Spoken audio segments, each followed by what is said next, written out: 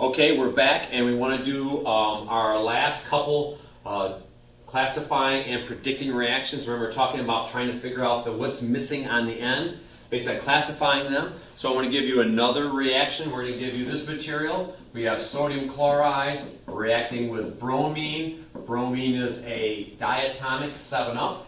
And we want to know how to first classify it. So if you look over here, it's not two elements. It's one element and a compound.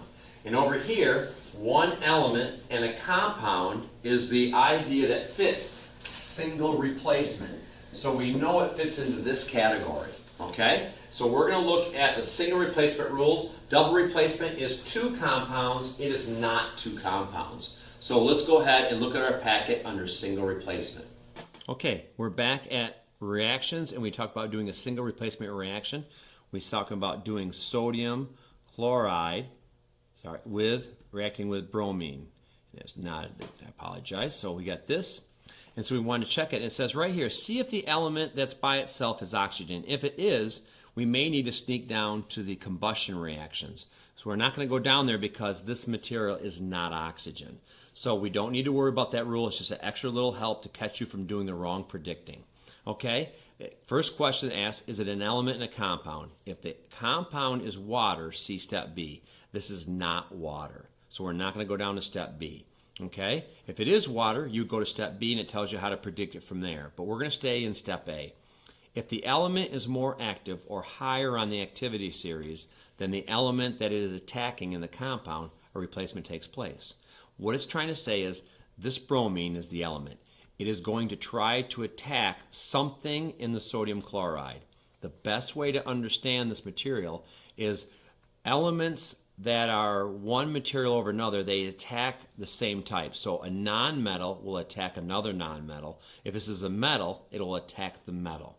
How you tell is you go to this thing called the activity series. So I'm going to show you the activity series right now. It is on the next page, and you have two things. You have an S chart, which is for double replacement, and you have the activity series, which is for single replacement. So I would write single replacement above that so you know that this is for single replacement. This is called an activity series. What it is, in short form, it's a fight club. These materials like to fight with each other to get their place in a compound and react.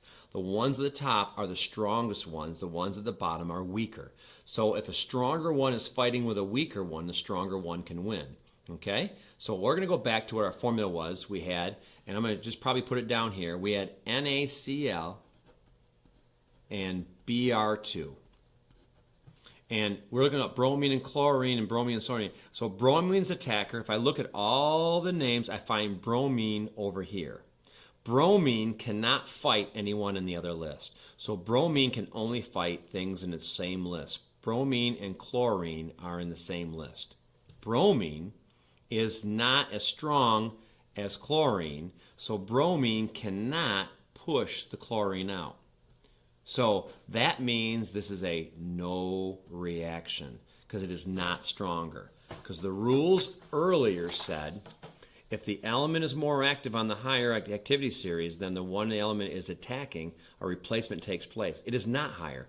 Bromine is actually weaker from our fight club list, so bromine cannot push out chlorine, and so it will not work, so we say no reaction.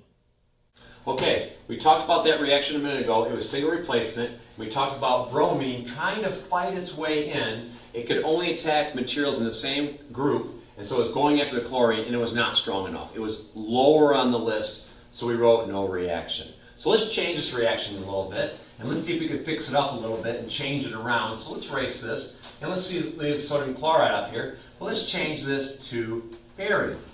And let's go back to our list now and see what happens. Okay, we're back at our single replacement reactions. We have an element attacking a compound, and we know that the element is not oxygen, so we're not going to follow this rule. We're okay. We can go into the next rule. It says an element in a compound. If the compound is water, see step B. It's not step B because this is not water. And so we read it, if the element is more active or higher on the activity series than the element is attacking, a replacement takes place. We learned, number 2, if the element is less active, no reaction takes place, and so we put no reaction. But now we've changed things. We now have barium. Barium is a metal. barium is different. So let's go to our Fight Club. And we go down into our list here. And barium is actually higher up than sodium. Barium, being in this left list, is not going to attack the chlorine because they're not in the same list. So in this case, we're going to have to look at barium fighting with the sodium, not the chlorine. So remember, the quick rule is when we're using this rule A, when you're going to the activity series, the materials that are trying to bump each other out of formulas have to be in the same list. So barium has to fight with anything in the same list. So barium can work with sodium. And in fact, barium is higher up, so it makes it stronger. So barium can push out sodium. So we go back to our formula. Barium pushes the sodium out. Sodium is now free and on its own because it's single. And then the barium attaches itself to chlorine. Barium is positive. It likes to be +2 in formulas. Chlorine still wants to be -1, so we have to crisscross.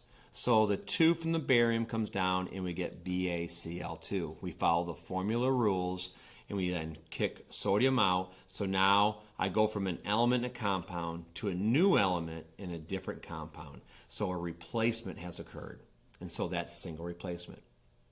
So we discovered that barium can get in there, and barium can make barium chloride, and sodium is removed.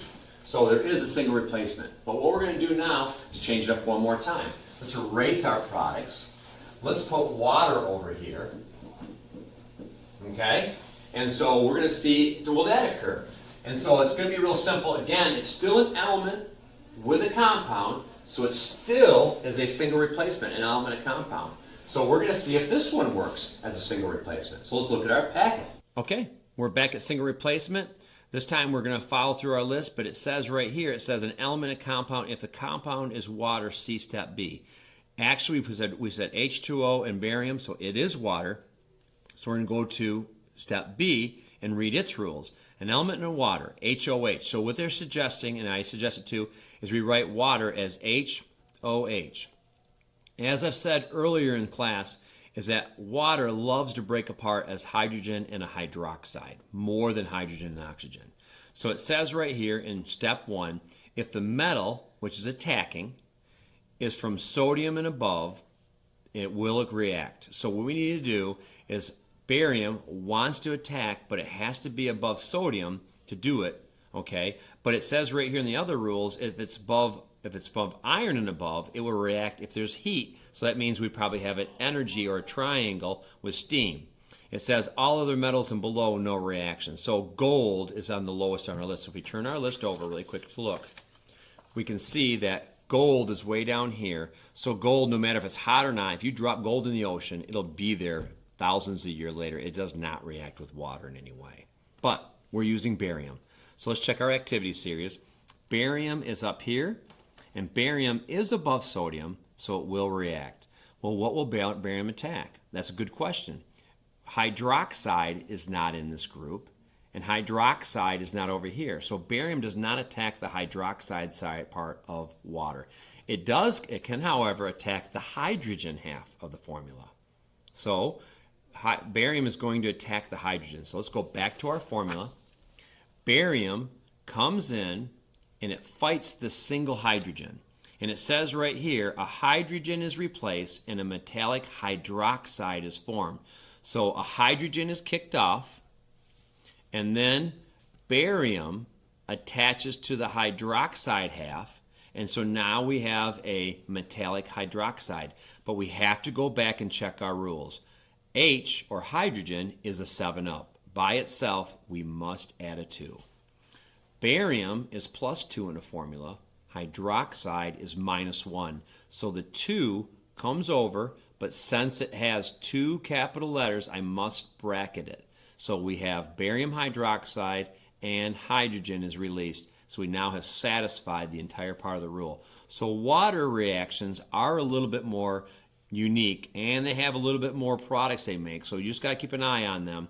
You have hydrogen and a hydroxide. We follow the formula rules, and that's how we do single replacement.